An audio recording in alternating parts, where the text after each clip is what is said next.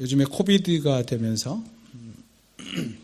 코비드19 때문에 사회가 이렇게 변해가는 것을 많이 느껴요. 굉장히 많이 전에 쓰지 않았던 단어들이 우리에게 익숙해진 단어들이 있습니다. 코비드19 이것 때문에 우리에게 익숙해진 단어들이 있어요.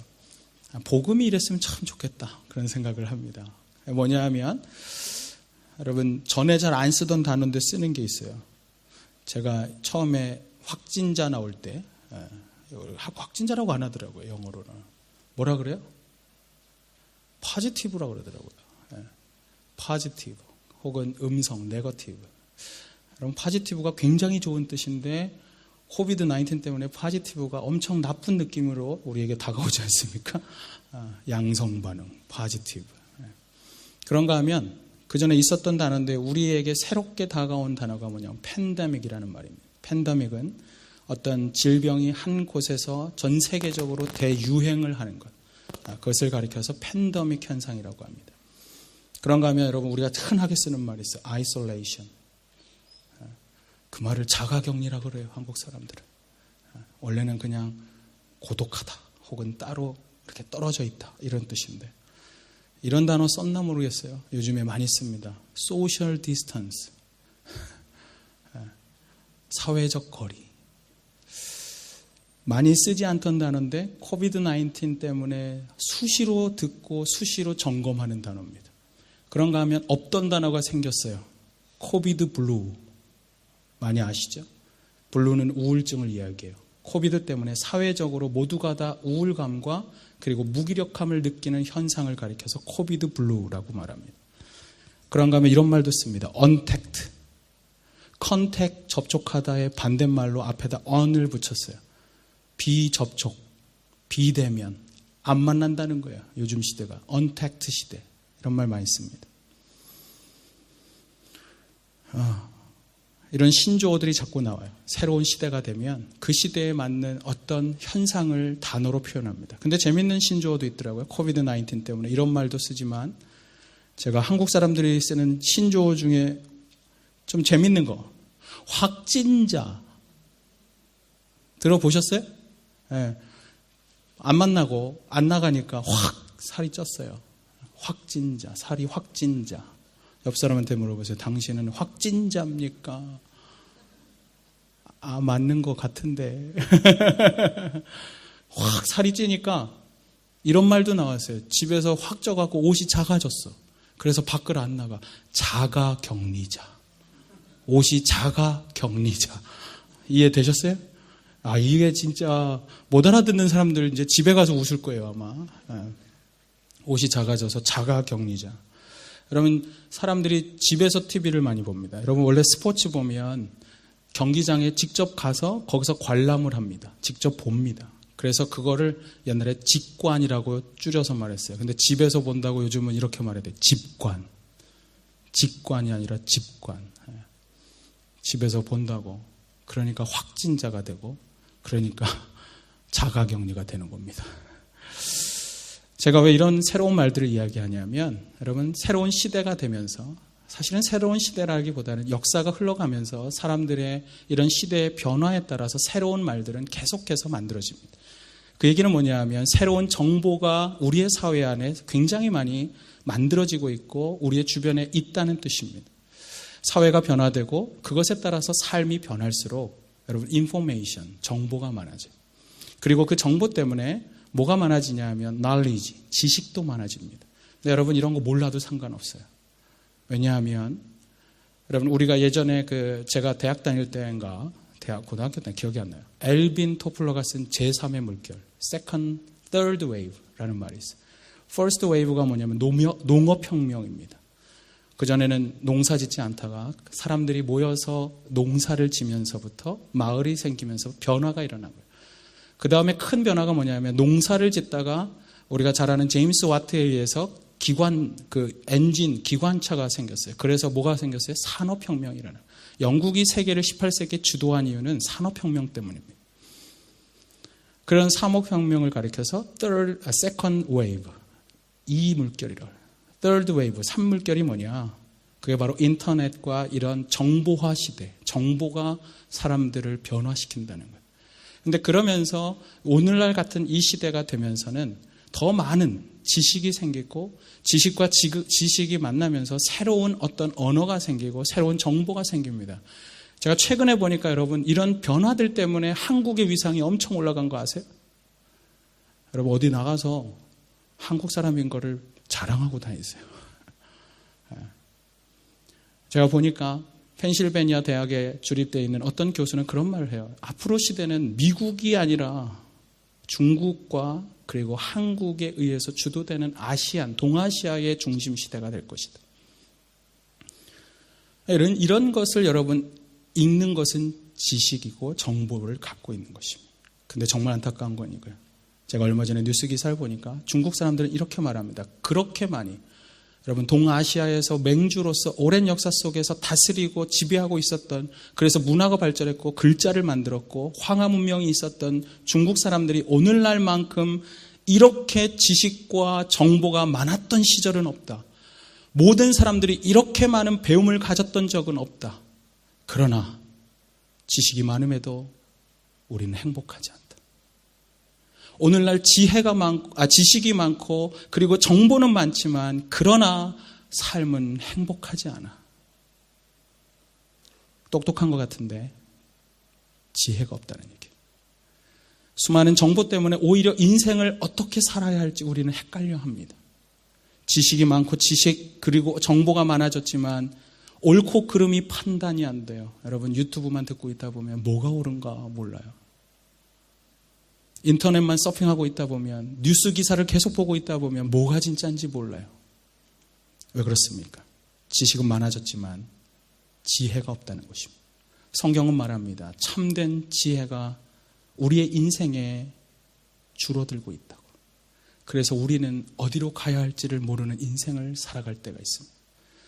그러나 놀라운 것은 야고보가 믿음의 삶을 살아내는 사람들의 승리의 삶을 강조하면서 그는 오늘 3장에 오면 언어에 대해서 이야기하고 언어에 대한 그런 잘된 삶을 살아가는 사람들의 두 번째 특징으로 뭘 이야기하냐면 믿음의 삶은 지혜의 삶을 산다라고 하는 것을 강조하고 있습니다.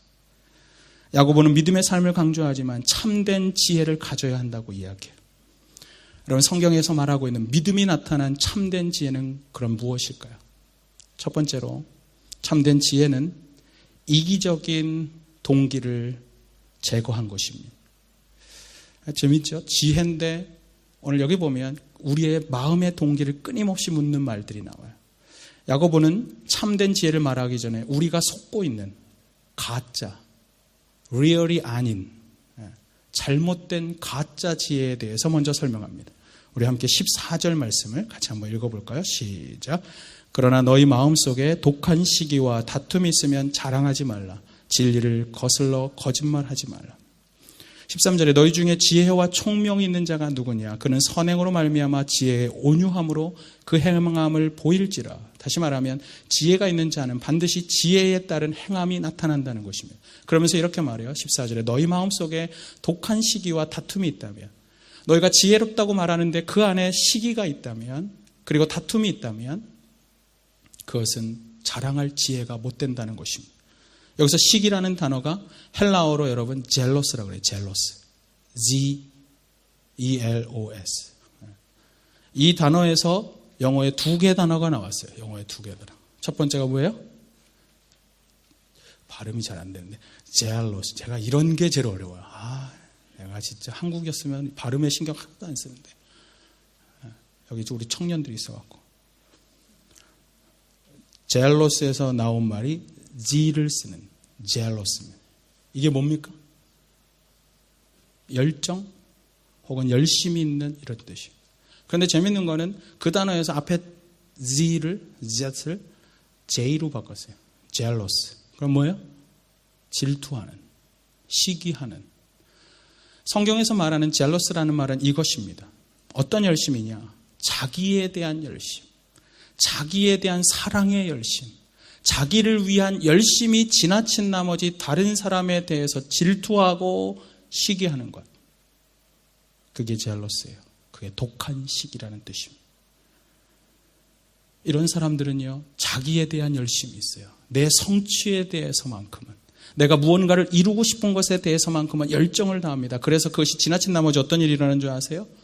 내 소유와 내 성취가 다른 사람의 어떤 소유를 보면서, 그 사람이 성취하는 것을 보면서 내 소유가 빼앗길까 봐 노심초사해요. 노심초사. 늘 조바심을 내요. 자신의 성취와 소유가 다른 사람의 성공을 보면 그 성공이 내 것을 빼앗아가는 것은 아닐까 조바심 내고, 그래서 뒤돌아서면 짜증이 나고, 남들이 부자가 되면 나는 왜 못 가졌지? 저 인간은 다 가져가는데. 그게 바로 시기라는 거예요. 이런 사람의 특징이 뭔지 아십니까?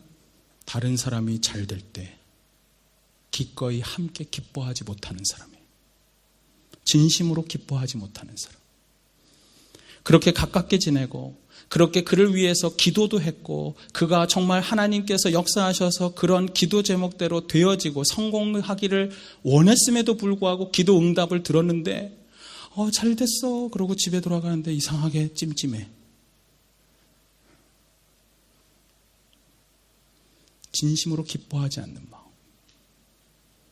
정작 성공했는데 함께 기뻐하고 함께 행복해하지 않는 이유는 우리 안에 그런 나에 대한 이기심의 열정이 있기 때문에. 여러분, 왜 그렇습니까? 나에 대한 사랑, 나의 성취에 대한, 내 것에 대한 집중된 마음, 여러분, 그것이 문제라는 거예요. 그런가 하면 야고보는 지혜를 이야기하면서 다툼이라는 말을 넣었어요. 왜 그런가? 다툼이 헬라어로 에피시미아라고 그래요. 에피시미아라고 하는데, 이것은 헬라어로 에피시미아는 이기적인 야망, 이런 뜻입니다. 소위 성취욕입니다. 성취욕. 그러니까 다툼이 뭐냐면, 그래서 이런 다툼을 뭐라 그랬냐면, 자신의 야망과 성취를 위해서 이 야망이 너무 중요하니까 다른 사람이 다치든지 말든지 상관이 없어요. 그래서 이렇게 되는 거예요. 내 야망을 성취하기 위해서 오히려 나의 상대방을 공격하는 것입니다. 그러면서 다툼이 일어나요. 그래서 아리스토텔레스는 이 헬라어를 쓰잖아요. 그리스어를 썼으니까. 그가 언제 이 단어를 많이 썼냐, 에피시미아라는 말을.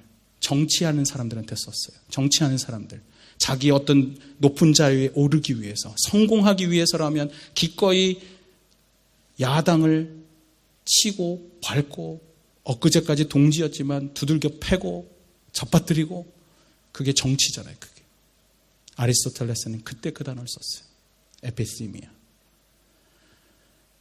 여러분, 이런 사람, 이기적인 야망이 강한 사람이 있습니다. 심지어 와이프도 신경 안 써요. 이런 사람들. 자기만 쉬면 돼. 심지어 사람에 대해 관심이 없어요. 왜냐하면 이런 사람들은 일이 중요하기 때문에 그래요. 이기적인 야망이 강한 사람, 성취욕이 강한 사람들의 특징은 뭐냐면 성공을 잘해요. 꿈을 잘 이루어요. 성취를 잘해요. 그러나 다른 사람이 희생해야 되는 것에 대해서 전혀 아파하지 않아요. 성공하고 그것을 이뤄내기 위해서라면 기꺼이 누군가는 희생돼야 된다라는 사고가 머릿속에 있는 사람들이 있어요.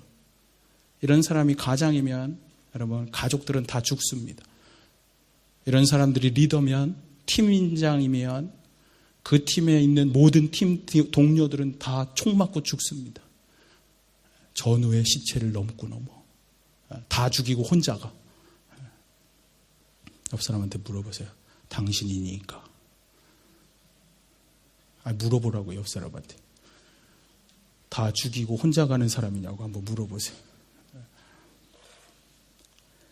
재밌는 건 뭐냐면, 이런 사람이 있으면요, 일은 잘 되는데 교회에서도 보면 사역은 잘 돼요. 그런데 관계는 다 깨져요.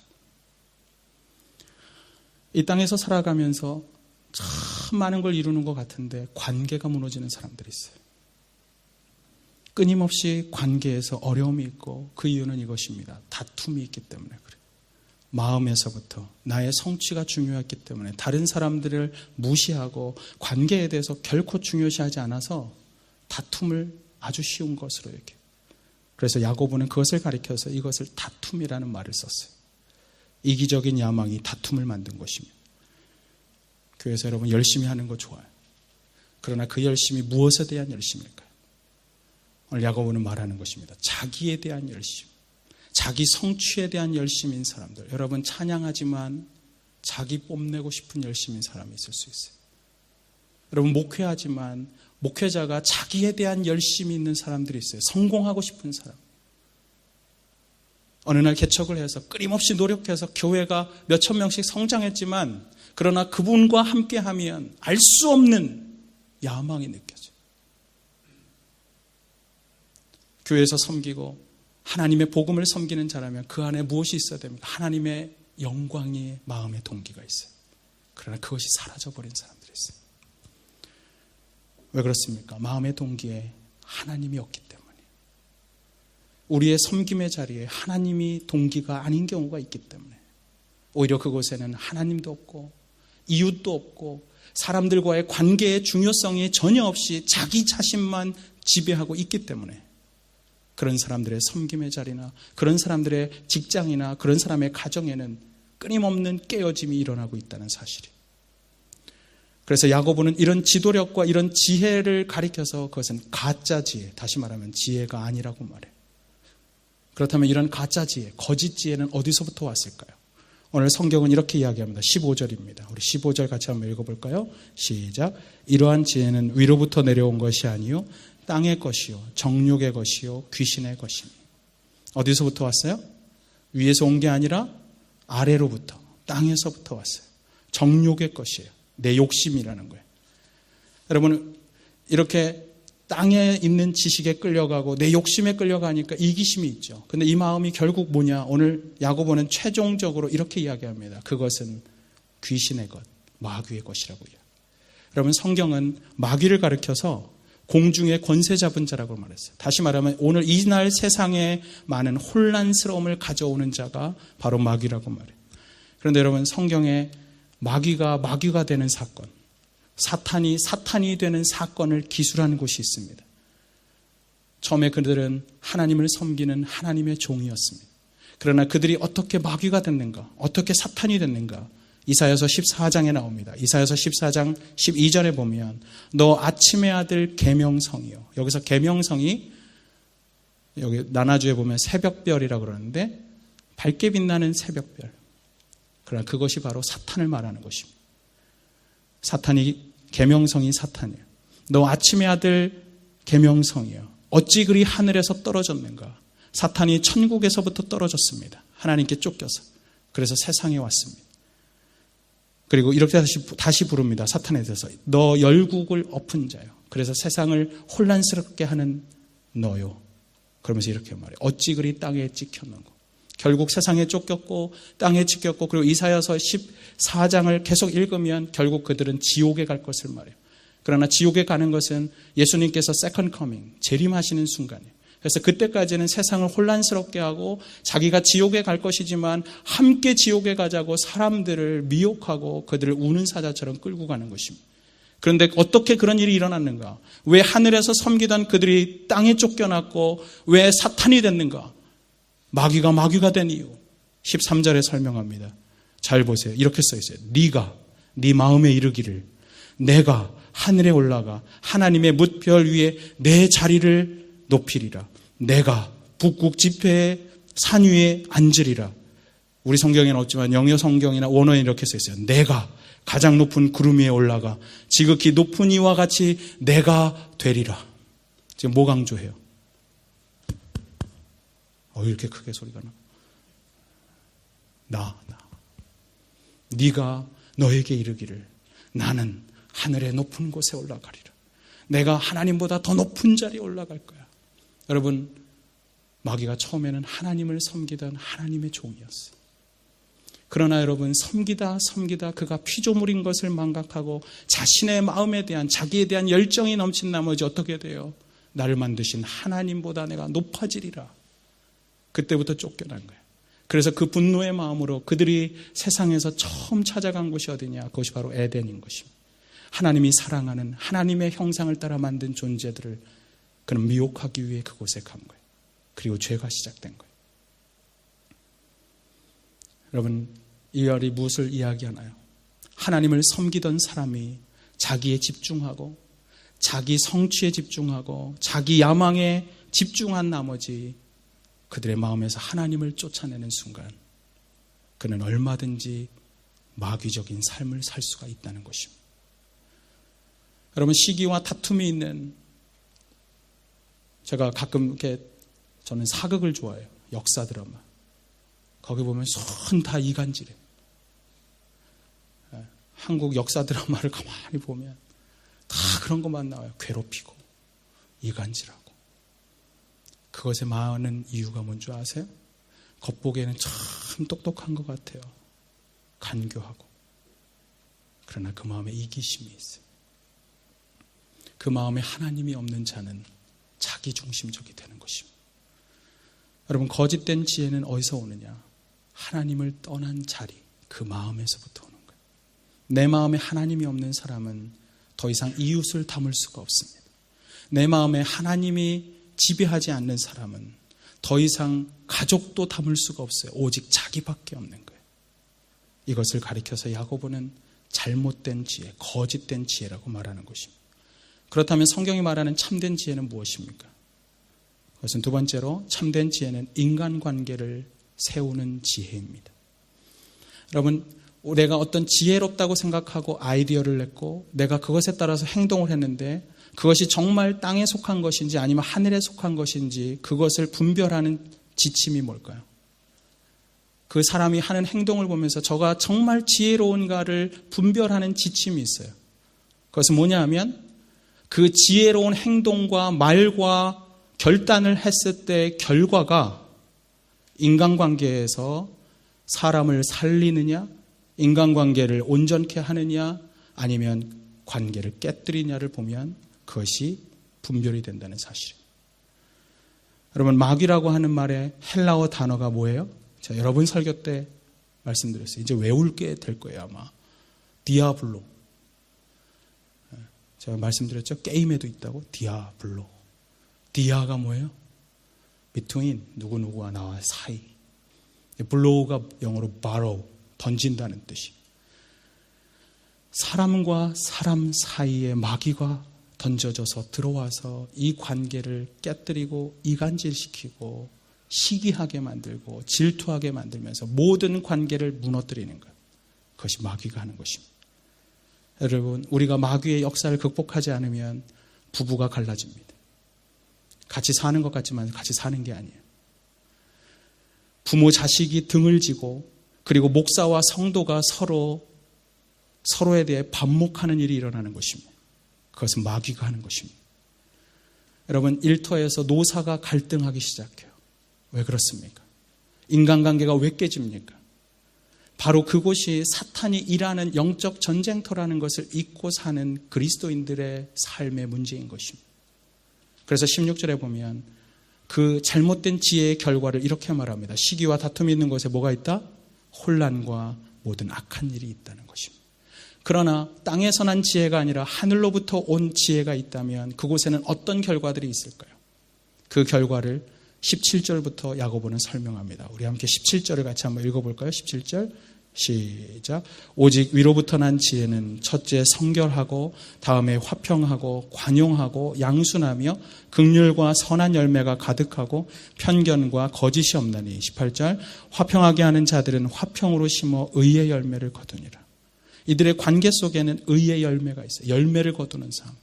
여러분, 인간관계 열심히 했는데 여러분, 열매를 거둬야 하지 않습니까?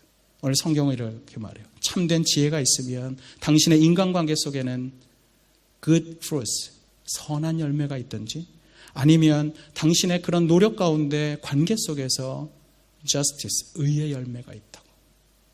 그렇다면 참된 지혜의 결과가 이렇게 된다면 참된 지혜라는 것이 무엇일까요? 여러분, 참된 지혜를 가진 사람은 그 마음이 성결합니다. 17절에 있는 것처럼. 그리고 그들은 서로 관계 속에서 화평을 만듭니다. 평화를 유지합니다. 그들은 사람을 만날 때 관용합니다. 부드러운 마음이 있어요. 상대방을 잘 이해하는 양순함이 있습니다. 여러분, 이런 사람들과 함께하면 얼마나 좋은 일이 많아요. 열매가 맺는 거예요. 좀 더 구체적으로 여러분, 성결이 뭘까요? 우리 말이 어려운데 영어로는 쉬워요. pure. 깨끗한 마음. 그리고 마음이 깨끗한 사람은요, 소유에 대한 집착이 없는 사람이에요. 깨끗한 마음은 다시 말하면 자기 소유에 대한 집착이 없는 마음이에요. 오늘 17절과 18절에 있는 이 말은 여러분 마태복음에서 예수님께서 말씀하신 8가지 블레싱, 팔복과 동일합니다. 다시 말하면 성령께서 인도하지 않으면 결코 맺을 수 없는 이런 열매고 결코 맺을 수 없는 지혜라는 것입니다. 그럼 우리가 그 하나님 앞에 의지하면서 얻게 되는 이 참된 지혜, 첫 번째는 뭐냐면 소유에 대해서 집착하지 않아요. 아까 처음에 말한 거짓 지혜는 끊임없이 자기의 것에 집중하는 거였어요. 이기적인 마음. 그러나 내가 무엇을 더 가졌고 덜 가졌는가에 전혀 중요함을 갖지 않는 사람, 자신의 야망과 성취에 몰두하지 않기 때문에 그들의 마음은 끊임없이 깨끗합니다. 하나님 앞에 순수할 수가 있어요. 하나님 앞에서 진실할 수가 있어요. 쉽게 말하면 사심이 없어요. 교회에서 섬겨도 사심이 없고요. 다른 사람과 교제해도 사심이 없어요. 그런 사람들은 끊임없이 마음이 깨끗한 거예요. 여러분, 그런 사람들 만나면 어떤 일이 일어나는 줄 알아요? 그게 왜 지혜인 줄 아세요? 마음이 깨끗한 사람하고 대화하면 나는 전혀 문제를 얘기하지 않았는데 그와의 대화 속에서 길이 보이기 시작해요. 그와 함께 대화하다 보면 내가 무엇을 해야 할지 갑자기 깨닫게 돼요. 그는 말하지 않았는데 순수한 마음을 가진 사람, 깨끗한 하나님 앞에서 깨끗한 마음을 품은 사람과 대화하면 길이 보이고 해야 할 바가 느껴지고 내가 무엇을 해야 될지를 깨닫게 하는 사람이 있단 말이죠. 저는 여러분들이 여러분의 가정에서 그런 깨끗한 마음의 사람이었으면 좋겠어요. 여러분들 만나는 사람들이 이런 일이 일어나면 얼마나 행복하겠어요. 여러분의 관계마다 자꾸만 깨끗해지는 거예요. 저 사람 만나면 내 마음이 자꾸만 순수해져. 어떤 인간을 만나면 자꾸만 악해져. 승질이 나. 질투가 생기고 분노하게 하고. 여러분, 그러면요 안 만나고 싶어지는 거예요. 저는 우리 교회 목자들의 마음속에 깨끗한 마음이 있었으면 좋겠어요. 그래서 자꾸만 목장원들이 나 목장교회 가고 싶어. 우리 목자 보러 가야 돼. 이래야 되겠어요? 안 되겠어요? 목자님들은 다 고개 숙이고 이래야 되겠어요? 안 되겠어요? 에? 이번 주에 목장교회 가서 이렇게 얘기하세요. 당신이 보고 싶어서 왔어. 여러분, 기도해 주세요. 목자님들. 하나님, 그의 심령에 어떤 사탄이 주는 마음도 없이 하나님이 주는 마음, 깨끗한 마음이 있게 해주십시오. 그렇게 기도하면요 목장교회를 오지 말래도 와. 거기서 나누면 행복한 거예요. 난 알 수 없는데 자꾸 길이 보이네. 내가 어떻게 해야 될지 알 것 같아. 이런 거예요. 저는 우리의 목장교회가 그랬으면 좋겠어요. 여러분, 두 번째 특징이 뭐냐면 참된 지혜를 가진 사람은요 모든 일에 평화를 구합니다. 그 동기가 이거예요. 평화예요. 평화. 관계에 다툼이 있거나 그래서 누군가가 나누어지고 공동체에서 떠나가고 그리고 혼자 우리 아이솔레이션, 자가격리하고 계시는 것에 대해서 마음이 아픈 거예요. 상처 있고 아파하고 교회에 오지 못하는 사람을 보면서 내가 아파. 나와 함께하던 이가 나로부터 갑자기 사랑의 관계가 끊어져서 떨어져 나간 것을 보면서 가슴이 아파서 그는 그것을 보고 싶지 않아서 이렇게 생각하는 거예요. 그에게 평화가 없습니다. 하나님. 그에게 화평함이 있게 해주십시오. 영어에 보면 평화는 peace라고도 하지만 이렇게도 말해요. reconcile. 다시 화해한다는 뜻입니다. 여러분, 왜 믿음의 사람이 화평케 하는 사람이 되어야 하는 줄 아십니까? 그 이유는 우리의 믿음이 화평케 하는 믿음이었다는 그 이유 때문인 것입니다. 여러분, 우리가 하나님과 처음에 화평한 관계에서 믿음의 삶을 시작한 거예요. 처음에 우리는 죄로 말미암아서 하나님과 관계가 단절됐습니다. 우리가 죄가 있어서 하나님은 의로우시지만 우리는 의롭지 않기 때문에 그분께 나아갈 수가 없었고 그래서 쫓겨났고 그분과 화해하지 않았는데 그것을 가리켜서 성경은 우리가 하나님과 불화하고 있었다고 말해요. 그런데 그런 불화하고 하나님께 나아갈 수 없었던 우리의 이 죄 많은 것을 그리스도께서 십자가에서 피 흘리심으로 그 모든 죄를 회복시키시고 그리고 righteous, 우리가 죄인이지만 의롭다고 말하심으로 우리는 하나님과 다시 연합하고 화해하게 된 것입니다. 그분 앞에 나아갈 수 없는, 예수 그리스도께서 하나님께 나아갈 수 없는 담을 허무시고 나아가게 한 것을 로마서는 말해요. 예수 그리스도의 피가 그 담력을 허물었다고. 그리고 우리는 하나님과 화평케 됐다고. 여러분들이 예수님을 구주와 주님으로 정말 믿는 믿음은 화평케 하는 믿음인 것입니다. 하나님과의 관계가 다시 회복된 믿음인 것입니다. 하나님과의 관계에서 평화를 누린 자는 인간관계에서도 당연히 평화를 추구하는 것입니다. 진정한 믿음을 가진 사람은 믿음의 발로였던 하나님의 평화가 나의 삶에서 나타나기를 원하는 것입니다. 그러므로 정말로 당신이 하늘로부터 주어진 지혜를 가진 사람이라면 당신이 하는 모든 말과 당신이 하는 모든 결정에는 화평케 함이 있어야 돼요. 크리스찬은 피스메이커입니다. 우리는 피스메이커가 돼야 돼요. 우리는 트러블 메이커가 아니에요. 우리는 사람들과의 관계를 허무는 자가 아니에요. 우리는 하나님 앞에서 끊어졌던 관계도 회복했기 때문에 나가 있고 외로워하고 있고 아파하고 있는 이들을 다시 끌어안아 하나가 되게 하는 사람. reconcile. 그리고 peacemaker. 옆 사람한테 물어보세요. 당신은 peacemaker예요? troublemaker예요? 이렇게 하니까 못하겠죠. 그죠? 옆 사람한테 이렇게 축복하세요. 당신은 피스메이커가 될 것입니다. 제가 좀 여자처럼 말 같고. 당신은 피스메이커입니다. 네, 이렇게. 여러분, 이런 사람하고 있으면요. 아픈 것도 나요. 아픈 것도 나. 마음이 막 열려요.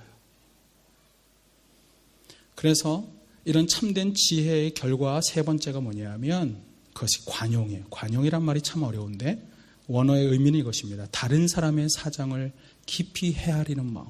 뭐라고요? 너무 길어. 다른 사람의 사정을 깊이 헤아리는 마음. 우리말로 하면 이겁니다. 너그러운 마음. 여러분 가끔 보면 참 똑똑해. 너무 똑똑해갖고 모든 인간관계가 참 똑똑 부러져. 뭔 말인지 알아요? 너무 똑똑한데 관계가 다 끊어졌어. 그런 분들 있죠? 헛똑똑이에요. 헛똑똑. 거짓 지혜의 사람인 거예요. 누군가가 오면 그 사람의 어려움을 먼저 알아주는 사람이 있어요. 친구 중에도 그런 친구가 행복한 거예요. 저는 가끔씩 그런 분들을 보면서 우는 사람들 봤어요. 그냥 이렇게 와갖고 목장교회 식구하고 이렇게 앉아서 손잡았는데 막 울어. 왜 그랬냐고. 손만 잡아주는데도요. 원래 그분은 내 마음을 알아주거든요. 근데 나한테 와서 손잡아주는데 갑자기 주님이 나를 안아주는 것 같았어요. 너그러움이 있는 거예요. 그의 사정을 말하지 않아도 다 들을 마음이 있어요. 여러분 그러면 그 사람한테 가서 말하게 되는 거예요. 다친 마음도 열게 하는 것입니다. 네 번째 특징이 뭐예요? 하늘의 지혜는 양순한 마음을 갖습니다. 그러면 성경에서 신약의 양순이라는 단어는 여기 하나밖에 나오지 않아요. 다른 데 아무 데도 나오지 않아요. 신약 성경에 딱 한 번 나오는데 이 양순을 정확하게 번역한 성경이 있어요. 영어 성경. 영어 성경이 이렇게 번역했습니다. Open to reason. 열려 있어요. 누군가가 나에게 요구하고 있는 것, 누군가가 나에게 설득하고 있는 것에 대해서 늘 열려 있어요. 원어의 의미는 이런 뜻입니다. 잘 설득되는 사람. 이 말이 어리석게 들리나요? 주관이 없어 보이나요? 그러나 이것은 이것입니다. 내 고집을 갖지 않고 그것을 버렸기 때문에 진리에 대해서 혹은 사람에 대해서 언제나 기꺼이 설득되려는 마음을 갖고 있는 거예요. 얼마나 좋은 마음이에요. 변화에 대해서 늘 마음이 열려 있는 사람들이 있어요. 저는 우리 교회가 변화에 열려 있었으면 좋겠어요. 세상은 자꾸 변하는데 교회가 안 열려 있으면 세상은 제일 고리타분한 곳이 돼요. 고리타분한 골이 아파. 우리의 마음이 열려 있어야 돼요. 열린 사람은 언제나 배웁니다. 언제나 성장합니다. 열려 있는 사람은 끊임없이 성숙하는 사람입니다. 그런 사람은 다릅니다. 교회에서도 보면 늘 삐딱한 사람들 있죠. 이렇게 무슨 말을 해도 고지고대로 안 듣고 엄청 똑똑한 척 하는데 속으로는 뭐가 있을 거야. 있긴 뭐가 있어. 그 삐딱함이 뭐냐? 그게 바로 잘 설득되지 않으려는 마음이에요. 누군가가 말하면 그냥 그대로 너그러운 마음으로 받고 내가 기꺼이 들어주겠다는 마음. 여러분, 지혜 있는 사람은요, 누군가의 사정을 그래서 먼저 염려해 줍니다. 마음이 이렇게 여유도 있고 유연해요. 여러분, 직장생활 하다 보면 여러분이 그런 사람이었으면 좋겠어요. 무슨 말을 해도 열려있고 무슨 말을 해도 들어주고 싶고. 여러분, 이런 지혜로운 사람이 과연 누가 있을까요? 성경에 많이 있지만 저는 지혜로운 사람 혹은 지혜로운 한 장면이라고 하면 그것이 창세기 13장에 있는 한 장면이라고 생각해요. 창세기 13장에 아브라함이 있습니다. 아브라함은 창세기 12장에서 하나님의 부르심을 받고 자신의 본토 친척 아비집을 떠났습니다. 오늘날 이란이 있는 메소포타미아로부터 떠나왔습니다. 그리고 지금의 가나안 땅에 그가 도착할 때 조카 룻과 함께 왔어요. 그래서 그가 때로는 실수해서 이집트에 내려갔기도 했지만 하나님의 은혜로 그가 다시 가나안에 왔을 때 하나님이 이 두 남자에게 복을 주셨습니다. 아브라함의 가정에 그리고 롯에게. 그래서 이 조카 롯에게도 축복하셨는데 원래 이것에 대해서 하나님이 축복하시니까 어떤 일이 일어나냐면 같이 가축을 기르는데 도저히 같은 땅에서 함께 가축을 키울 수가 없게 된 거예요. 하나님이 복 주셔서 같은 땅에 도저히 살 수 없게 된 거예요. 그래서 아브라함이 조카 롯에게 제안합니다. 창세기 13장에 보면 이런 말 나오죠. 네가 좌하면 내가 우하리라. 쉽게 하면 이런 거. 네가 동쪽을 택하면 나는 서쪽으로. 네가 서쪽을 택하면 나는 동쪽으로 갈게. 여러분, 그런데 생각해 보세요. 동쪽은 여러분 볼 때 이쪽이 동쪽이죠? 동쪽은 여러분 비옥한 땅이었어요. 성경에 보면 이렇게 말해요. 동쪽은 마치 에덴과 같고 비옥하고 아름다운 곳이었다. 그곳은 소돔과 고모라가 있는 땅이었습니다. 그리고 그는 그곳을 선택합니다. 근데 재밌는 건 이것입니다. 여러분들이 조카라고 생각해 보세요. 여러분이 아브라함 따라서 뉴질랜드에 왔는데 엄청 양떼가 많아. 도저히 많아갖고 막 목자들이 싸울 정도가 돼가지고 고민하는 끝에 아브라함이 와서 삼촌이 야, 너는 이제 저쪽으로 가. 저기 너무 좋은 데가 있어. 여러분이라면 동과 서로 나누라 그럴 때 그거에 대해서 여러분이 아브라함의 그런 놀라운 축복의 은혜를 내가 잊고 자란 자고 나를 키워준 아브라함을 보면서 이런 생각하지 않겠어요? 삼촌, 동서로 나누지 말고 우리 남북으로 나눕시다. 이렇게. 이게 얼마나 내 말 못 알아들었어요 지금? 이해되고 있죠 지금? 예. 그러니까 여기가 비옥한 땅, 여기가 척박한 땅이면 동서로 나눠갖고 여기 가질래 여기 가질래 하지 말고 삼촌, 좋은 땅도 갖고 나쁜 땅도 갖고 우리 남북으로 잘라서 위아래로 갑시다. 이게 지혜로워요 안 지혜로워요? 나는 롯이 참 지혜가 없다고 생각해. 근데 어떻게 했어요? 저는 소돔과 고모라. 여기가 좋아요. 그래서 어쩐 일을 당합니까? 소돔과 고모라 연합군에 의해서 그 재산을 다 털립니다. 그리고 잡혀갑니다. 그게 창세기 13장이에요. 근데 여기에서 아브라함이 정말 지혜의 사람인 것이 드러나는 게 여러분이 아브라함이면 야, 저놈이 저기 가가지고 재산 다 털렸다. 이 소식을 듣는 순간 여러분 어떨 것 같아요? 좀 기다릴 거예요? 내가 도화는 줄 건데 조금 더 고생 좀 해봐. 당장 가시겠어요? 아브라함은 당장 자기의 사병 318명을 데리고 갔어요.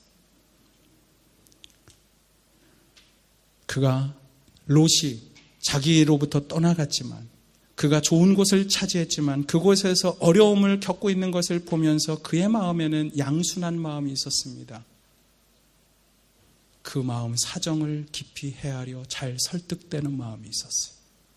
그의 아픔의 소식을 듣는 순간 그의 마음속에는 양순한 마음이 아니라 그의 마음속에는 넓은 너그러움이 있었습니다. 그래서 그는 자신의 사병을 데리고 조카 롯을 위해서 생명을 걸고 그것에 가 그를 구해 갖고 오는 것입니다. 참으로 지혜로운 사람 아닌가요? 참으로 하나님의 사람이 아닌가요? 이 사람이 처음부터 왜 동서로 나눠놨을까요? 척박한 곳과 비옥한 곳으로. 제가 가만히 성경을 보니까 그는 처음부터 척박한 곳에 가기를 원했다는 사실입니다. 자신의 조카가 더 비옥한 땅 동쪽을 택하기를 원하는 마음으로 그에게 제안한 거예요. 왜냐하면 자신의 목자가, 아브라함의 목자와 롯의 목자가 어느 날 싸우고 갈등하고 그래서 서로에게 좋지 않은 다툼이 있다는 소식을 듣는 순간 그는 깨달은 거예요. 하나님, 우리의 평화가 깨지고 있습니다. 그는 하나님 앞에 정결한 마음으로 사심이 없는 마음을 품었어요. 나는 척박한 땅을 가져도 좋아. 나는 내 소유가 중요하지 않아. 나는 내가 더 갖고 내가 좀 잃은 것에 대해서 전혀 아파하지 않을 거야. 오히려 나는 오늘 관계가 깨어지고 있는 이 상황이 아파. 그래서 말하는 거야. 네가 동하면 나는 서하리라. 네가 서하면 나는 동하리라. 그가 사심이 있었으면 아까 같이 나누지 않았겠어요? 남북으로 나누자고. 너도 좋고 나도 좋고. 그가 동서로 나눈 이유는 그의 마음이 믿음의 마음이었고 그의 마음은 정결했어요. 그 마음이 어디서 왔을까요? 하나님에 대한 믿음에서부터 온 것입니다. 그는 내가 척박한 곳을 갈지라도 내가 아무것도 없는 가나안 땅에서도 이만한 부를 유지할 수 있었던 이유가 하나님의 공급하심이었음을 알았기 때문에 그는 내가 지금 이 척박한 땅, 에덴과 같지 않고 정말 아무것도 없는 땅을 갈지라도 그분이 나를 사랑하시고 나를 복주시면 얼마든지 하나님이 마음껏 블레싱을 하시고 하나님의 은혜가 있을 거야. 그는 그 마음이 있었기 때문에 그 믿음 때문에 그 믿음으로 그는 참된 지혜의 아이디어를 얻어서 동서로 나눈 거예요. 여러분, 하나님 앞에 무릎 꿇으면 하나님이 지혜를 주시는 것입니다. 여러분, 이 모든 지혜는 하나님으로부터 오는 것입니다. 오늘 성경에 보면 악한 지혜는 땅에서부터 온 것이지만 참된 지혜는 어디서부터 와요? 위로부터 와요. 위로부터. 위에 계신 하나님이 주시는 지혜만이 우리에 있는 사심을 없애버리고 내가 주님 앞에 순수한 동기로 깨끗한 마음으로 모든 관계를 화평케 하려는 아이디어와 생각과 결단을 가지고 인생을 살아가게 한단 말이죠. 지식과 정보가 많아서 똑똑한 게 아니고, 그리고 그렇게 똑똑하지만 결국은 아무것도 아닌 관계는 다 깨지고 공동체를 허무는 사람들이 있어요. 그러나 여러분, 아무것도 가진 것 같지 않지만 그와 함께하면 수많은 사람들이 있고 회복이 되어지고 평화를 누리고 그가 있는 가정은 자꾸만 살아나고 관계가 온전케 되고 그와 거래하는 사업터마다 계속해서 하나님의 축복과 은혜가 있으면서 회복의 역사가 일어나고 있어요. 왜 그렇습니까? 화평의 열매를 거둔 이유가 하나님께로부터 있다는 것입니다. 오늘 성경은 야고보는 이렇게 말합니다. 그는 기도의 사람이었기 때문에, 그는 무릎 꿇어 기도하면서 자신의 무릎이 낙타 무릎이 되도록 기도했기 때문에 그는 이렇게 말합니다. 위로부터 오는 지혜. 야고보서 1장 16절에 지혜가 부족하거든 후히 주시고 꾸짖지 아니하시는 하나님께 구하라. 그리하면 어떻게 한다? 주시리라. 저는 이 말이 무슨 애들한테만 맨날 하는 줄 알았어요. 나는 어릴 때부터 맨날 우리 아이들 시험 보기 전에 꼭 이런 말 해갖고 기도해서. 아니에요. 이건 모든 그리스도인들을, 특별히 장성한 사람들, 지식이 많다고 생각하는 사람, 오늘 뭔가 일가를 이루었다고 생각하는 사람들, 여러분들이 구해야 하는 것입니다. 지식의 통로는 기도인 것입니다. 여러분, 기도하십시오. 기도하지 않고는 결코 하늘의 지혜가 임하지 않습니다. 오늘 내가 사업을 결정하고 오늘 내가 일터를 결정하고 내가 모든 관계를 새롭게 하기를 원한다면 제일 먼저 하나님의 지혜를 구해야 할 것이 아닐까요? 그러면 기도하셔야죠. 기도가 참 지혜를 얻는 통로인 것입니다. 오늘 야고보는 그래서 기도하라고 말하는 거예요.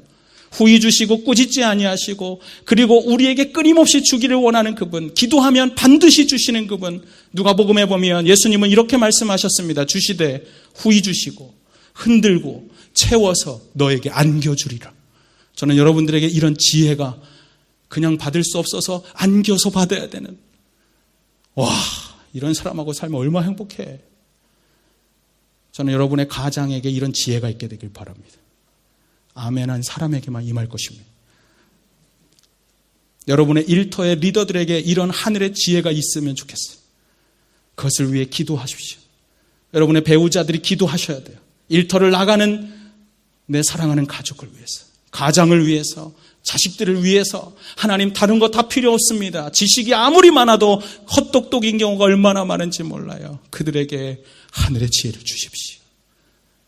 조지 밀러, 믿음의 사람이었던 그는 이런 말을 했습니다. 하나님, 저는 기도보다 앞서지 않겠습니다. 하나님, 제가 하나님보다 앞서지 않기를 원합니다.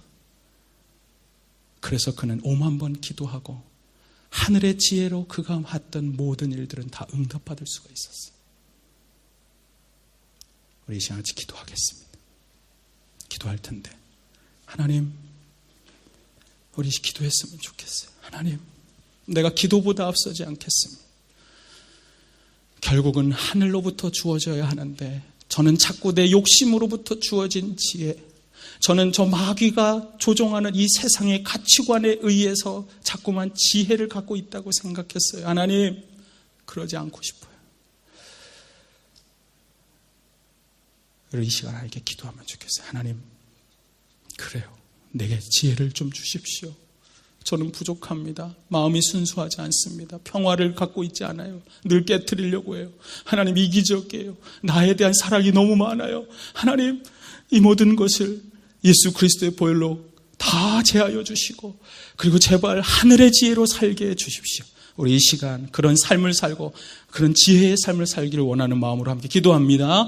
거룩하신 아버지 하나님, 그렇습니다. 하나님께서 인도하셔서 아버지 하나님의 그 놀라운 지혜와 은혜가 있게 되기를 소원합니다. 하나님, 우리를 붙잡아 주시옵소서. 하나님, 붙들어 주시옵소서. 여호와 아버지 하나님이여, 정말 하나님 앞에 진심으로 정결한 마음과 하나님 욕심을 포기하는 깨끗한 마음으로 처음부터 하나님 나아갈 수 있기를 소원합니다. 화평케 하기를 원합니다. 하나님, 인도하여 주시옵소서. 순수하고 깨끗한 마음으로 하늘의 지혜를 발휘하면서 살아가는 우리의 인생이 되게 하여 주시옵소서. 주님, 붙잡아 주시옵소서. 기도로 하나님이여 지혜를 얻고 살아가는 자가 되게 하여 주시옵소서. 그렇습니다, 주님. 우리가 지혜가 없고 우리가 우리의 성취에 너무 집착한 나머지 내 주변에 얼마나 많은 상처를 만들고 있었는지 모릅니다. 관계는 다 깨어졌습니다. 그래서 외롭게 홀로 돼 있으면서도 끊임없이 나는 세상을 불평하고 공동체를 비난하고 사람들을 비난하고 내가 자기애가 너무 강했던 것을 주님 앞에 회개한 적이 없습니다. 하나님, 우리를 용서하여 주시옵소서. 우리 이 시간 한 번 더 기도할 텐데, 반주해 주세요. 기도할 텐데 우리 가정을 좀 축복하면 좋겠어요. 하나님, 우리 가정에 피스메이커가 있기를 원합니다. 원하신다면 저를 그렇게 쓰실 수 있습니다. 하나님, 우리 가정에 평화가 있게 해주십시오. 하나님, 우리 가정에 순수한 마음에 가득한 사람들만 있게 해주십시오. 하나님, 우리가 인생을 살며 너그러운 마음을 품는 그런 교회가 되게 해주십시오. 여러분이 속한 직장을 위해서, 여러분이 속한 가정에 있는 사람들을 위해, 여러분의 속한 공동체를 위해서 이 시간 함께 중보하면서 하나님, 참된 지혜의 사람들이 되게 해달라고 그들 한 명 한 명을 우리 한번 축복하면 좋겠습니다. 함께 기도하겠습니다.